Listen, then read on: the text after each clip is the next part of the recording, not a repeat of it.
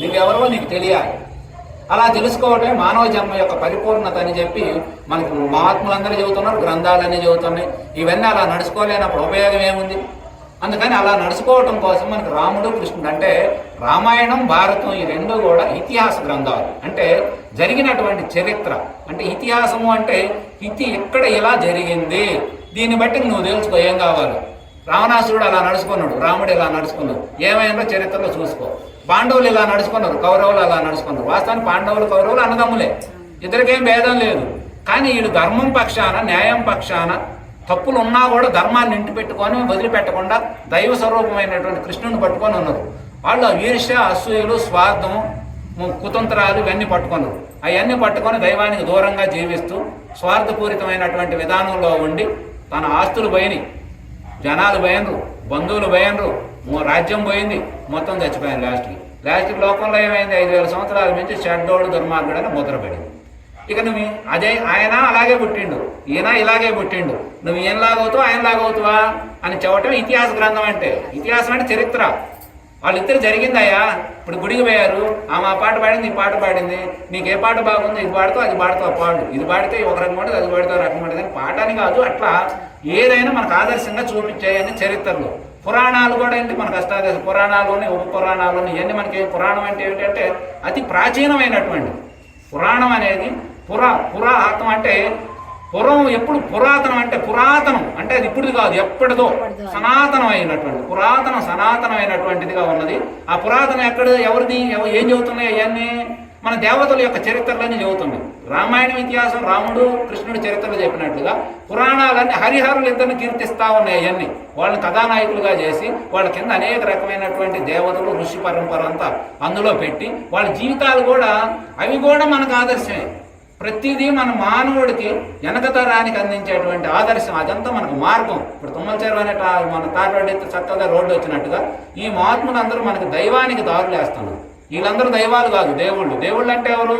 నామము, రూపము, గుణము కలిగి ఒక స్త్రీ పురుష కలయిక ద్వారా జన్మించినటువంటి వాళ్ళు మానవ ఉన్నతమైనటువంటి ఆలోచనలో మహాత్ముడుగా పరమాత్మ స్థానాన్ని అలంకరించి దేవుళ్ళుగా మారిన వాళ్ళు వీళ్ళు.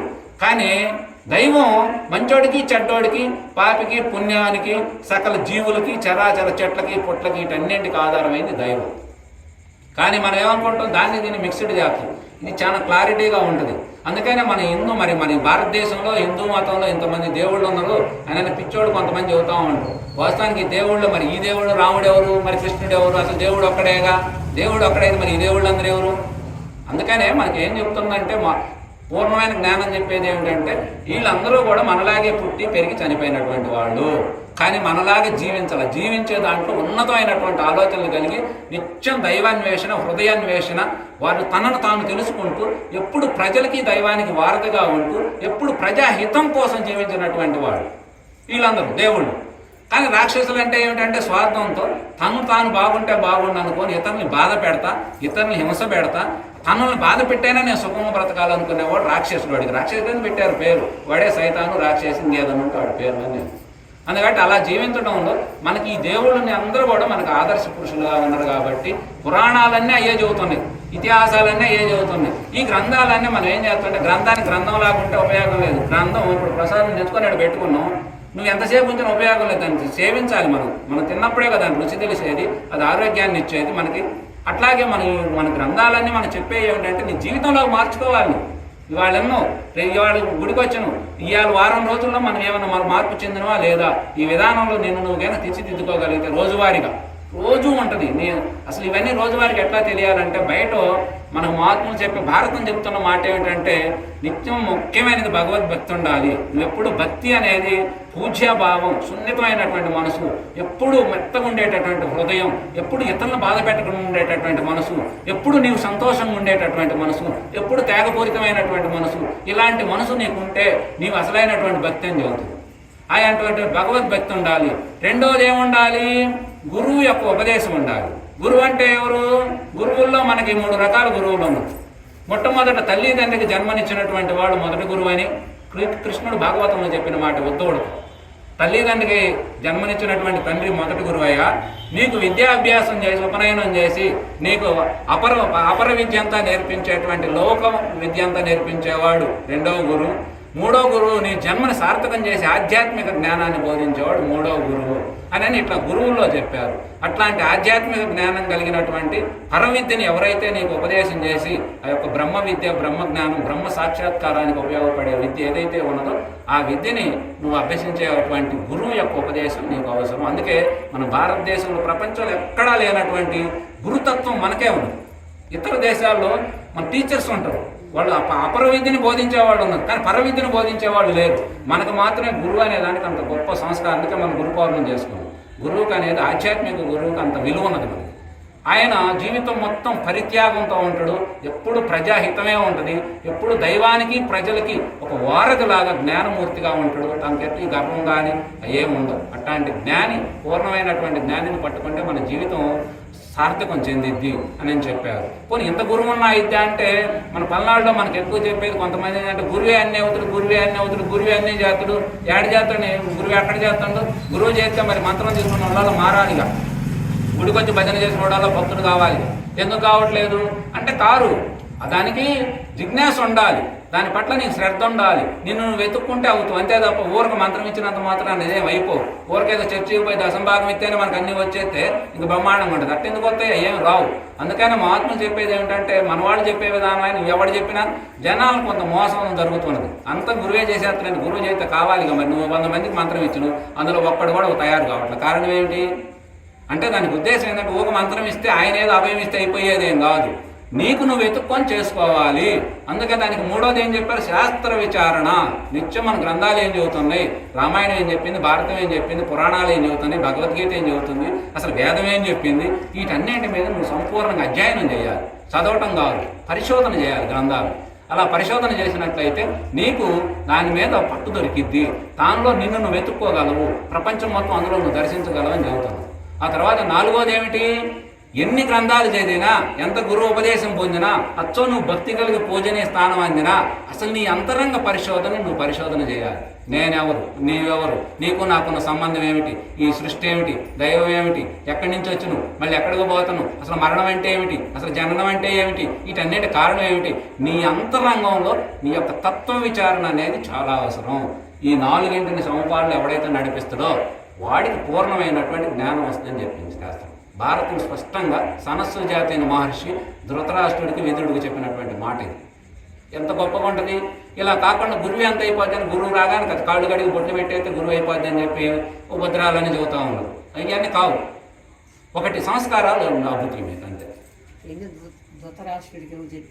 అలా నీకు ఇవన్నీ ఉంటాయి, ఇలా చేసుకోవాలయ్యా అని మనకి భారతం చక్కగా, భారతంలో లేనిది ఏమి లేదు, అన్ని భారతంలో ఉన్నాయి సమస్తం.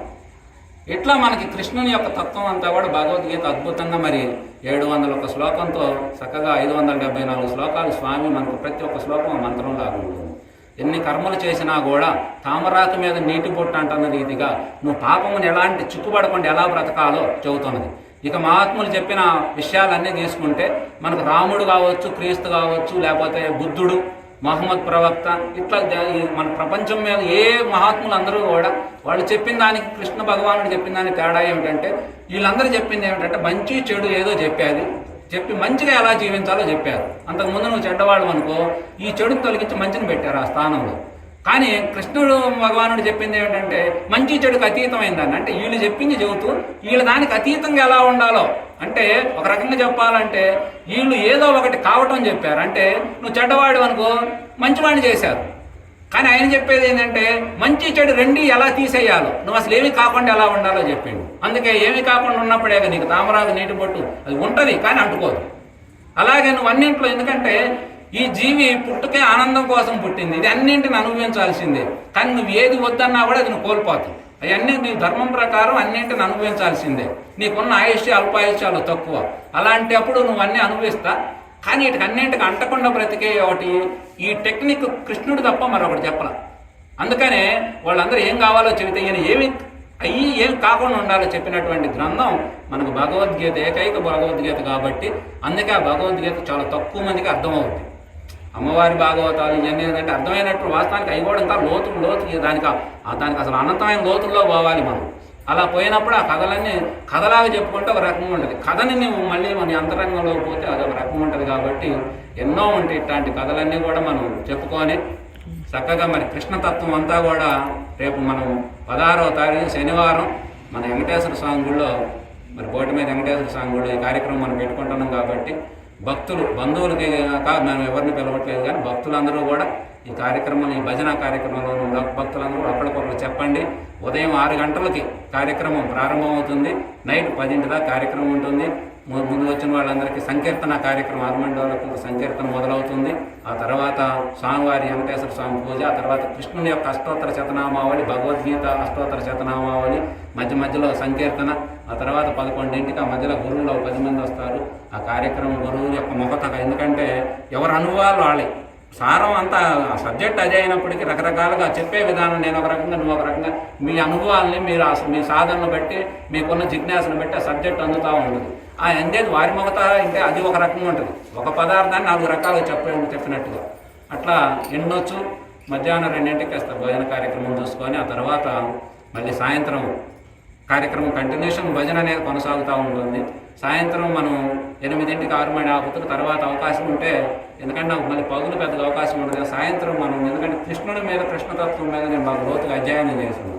భాగవతం భారతం 2 మిక్స్ చేసి మనం 1 గంట 2 గంట చెప్పుకుంటే అందులో అనేక రకమైన సూక్ష్మ సబ్జెక్టులు ఎన్నో ఉంటాయి, రహస్యాలన్నీ అవన్నీ మనం చెప్పుకోవచ్చు. చక్కగా భక్తులు అవకాశం ఉంటే పొద్దున వచ్చి సాయంత్రం 8 దాకా ఉండండి. మీకు కావాల్సిన వసతులు అక్కడ ఏర్పాటు చేయబడతాయి. మీకు వచ్చేటప్పుడు కూడా ప్రయాణానికి ఇబ్బంది లేదు. ఒక ఆటో ఉంటుంది, మేము తీసుకొచ్చి మీ ఊర్లో వదిలిపెడతాం. ముఖ్యంగా ఈ తుమ్మల చెరువు భక్తులందరూ కూడా అందులో పాల్గొన్నారు. మా ఊరి నుంచి వస్తారు, మధ్యాహ్నం ఆటో పెట్టుకొని వాడు వెళ్తారు. ఏదైనా ఉంటే 10 మంది ఉండొచ్చు, లేకపోతే లేదు, ట్రక్ పెడతాం అక్కడ.